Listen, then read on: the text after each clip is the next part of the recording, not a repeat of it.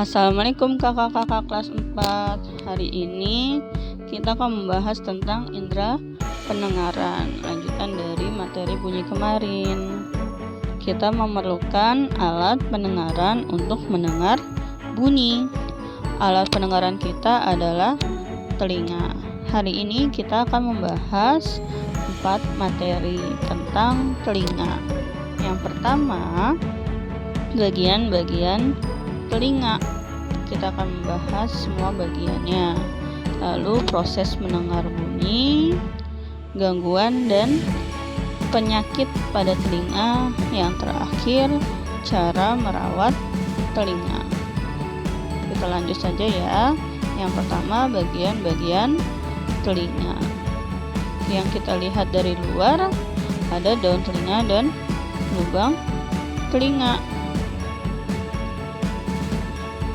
Satu lagi yang termasuk telinga luar itu saluran telinga luar.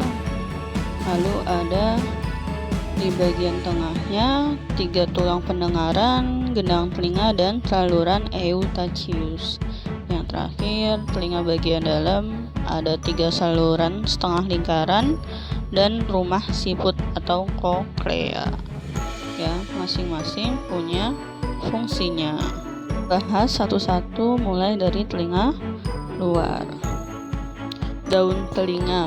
Daun telinga itu berfungsi menangkap suara, sedangkan lubang telinga merupakan tempat masuknya suara. Saluran telinga luar berfungsi untuk meneruskan suara dari daun telinga ke gendang telinga. Ya, gendang telinga yang ada di telinga tengah. Gendang telinga sendiri berfungsi untuk menangkap getaran suara. Lalu masuk ke 3 tulang pendengaran. Ada tulang martil, tulang landasan, tulang sanggurdi.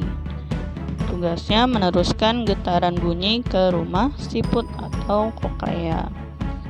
Lalu ada saluran Eustatius, menghubungkan hidung, telinga, dan rongga mulut, serta berfungsi sebagai penjaga tekanan udara di telinga. Ya.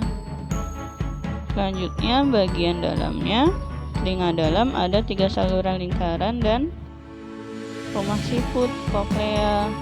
3 saluran setengah lingkaran merupakan alat keseimbangan tubuh. Ya. Yang terakhir, rumah siput atau koklea berfungsi untuk mengantarkan getaran yang masuk dan diteruskan ke ujung saraf pendengaran untuk diteruskan ke otak.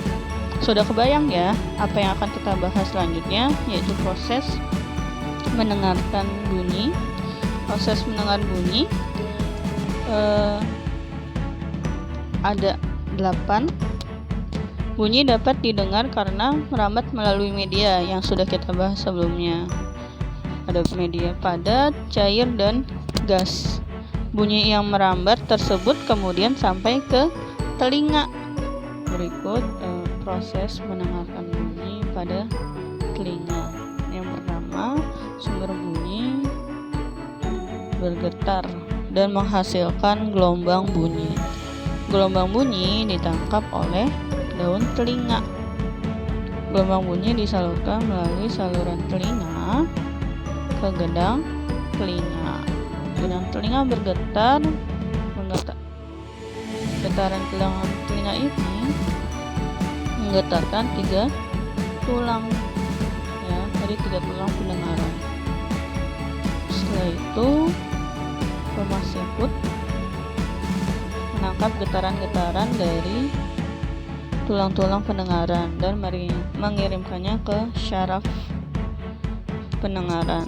Saraf-saraf pendengaran mengirim rangsang bunyi ke otak, dan otak menerjemahkan bunyi yang didengar. Selanjutnya, kita akan membahas tentang gangguan dan penyakit pada telinga. Yang pertama ada otitis media atau radang telinga tengah, yaitu infeksi atau peradangan pada telinga tengah. Otitis media dapat disebabkan oleh infeksi bakteri dan virus yang menyebabkan munculnya nanah pada liang telinga. Gejalanya yaitu nyeri pada telinga, berkurangnya daya pendengaran hingga robeknya gendang telinga. Yang kedua ada otosklerosis, yaitu terjadi kelainan pada pertumbuhan tulang-tulang pendengaran. Akibatnya tulang-tulang pendengaran tidak dapat menghantarkan bunyi. Yang ketiga otomikosis, yaitu infeksi saluran pendengaran pada saluran telinga luar yang disebabkan oleh infeksi jamur. Terakhir, tuli, yaitu hilangnya kemampuan mendengar pada telinga. Tuli dapat dialami sejak lahir ataupun ketika dewasa. Orang yang tidak tuli sejak lahir dapat mengalami gangguan ini karena mengalami kerusakan pada bagian telinga. Misalnya, gendang telinga atau saraf pendengaran. Penderita tuli dapat dibantu dengan menggunakan hearing aid atau alat bantu dengar. Nah, supaya kita tidak terjadi kerusakan pada telinga, berikut ada cara merawat telinga.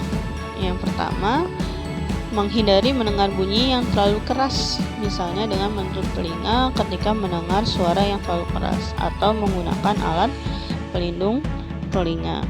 Yang kedua, membersihkan telinga dengan kapas dan baby oil atau air bersih. Bagian telinga yang dibersihkan cukup bagian luar saja. Yang ketiga, tidak memasukkan benda tajam ke dalam telinga. Yang keempat, membersihkan telinga bagian dalam dengan bantuan dokter THT, telinga, hidung, dan tenggorokan, jika ada sumbatan kotoran yang mengganggu. Terakhir, pergi ke dokter jika ada gangguan pendengaran. Sekian materi hari ini tentang indera pendengaran. Semoga kalian memahami ya dari kemarin materi bunyi hingga indera pendengaran hari ini. Terima kasih. Assalamualaikum warahmatullahi wabarakatuh.